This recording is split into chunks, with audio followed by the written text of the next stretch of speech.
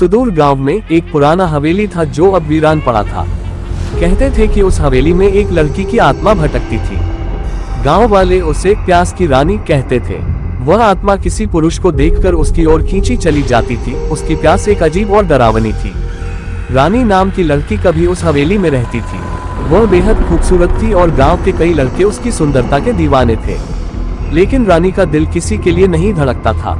उसकी आंखों में एक अजीब सी चमक थी, जैसे उसमें किसी अनजान चीज की प्यास थी। वह हमेशा अपने कमरे में एक अंधेरे कोने में बैठी रहती थी, एक बुत की तरह, जैसे किसी के इंतजार में। एक रात गांव के 3 युवा लड़के राम, मोहन और श्याम उस हवेली में घुसने का साहस जुटा पाए। वे सभी मस्ती और रोमांच की खोज में थे और पुरानी कहानियों पर विश्वास नहीं करते थे। जब वे हवेली में घुसे तो उन्हें एक अजीब ठंडक का एहसास हुआ। चारों ओर सन्नाटा था, बस उनके कदमों की आवाज गूंज रही थी। तीनों ने हवेली की छानबीन शुरू की। जैसे ही वे ऊपर के मंजिल पर पहुंचे, उन्हें एक पुरानी पेंटिंग दिखाई दी। उस पेंटिंग में एक खूबसूरत लड़की थी जो एक अंधेरे कमरे में बैठी थी। वह लड़की कोई और नहीं बल्कि रानी थी। अचानक हवेली के अंदर की बत्तियां बुझ गईं। चारों ओर घना अंधेरा छा गया।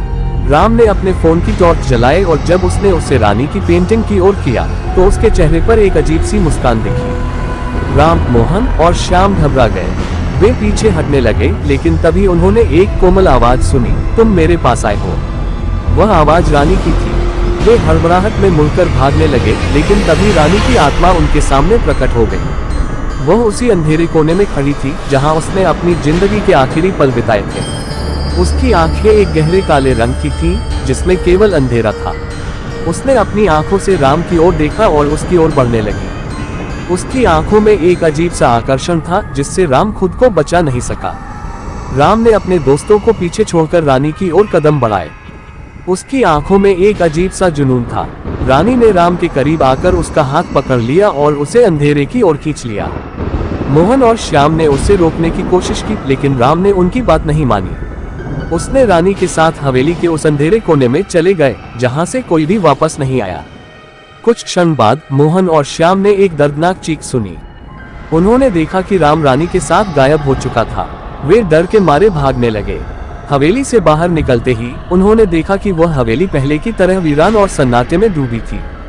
कहते हैं राम का शरीर कभी नहीं मिला, लेकिन उसके बाद उस हवेली में जो भी गया उसे एक अजीब सी आवाज सुनाई देती थी, तुम्हारे अंदर की प्यास कभी खत्म नहीं होगी। रानी की आत्मा अब भी उस अंधेरे कोने में रहती है और उसकी प्यास कभी खत्म नहीं होती। गांव वालों ने उस हवेली को छोड़ दिया, लेकिन लोग कहते हैं कि अब भी यदि कोई उस हवेली के पास से गुजरता है तो उसे रानी की आवाज सुनाई देती है, जो अब भी किसी को अपने अंधेरे में खींचने की प्यास में है।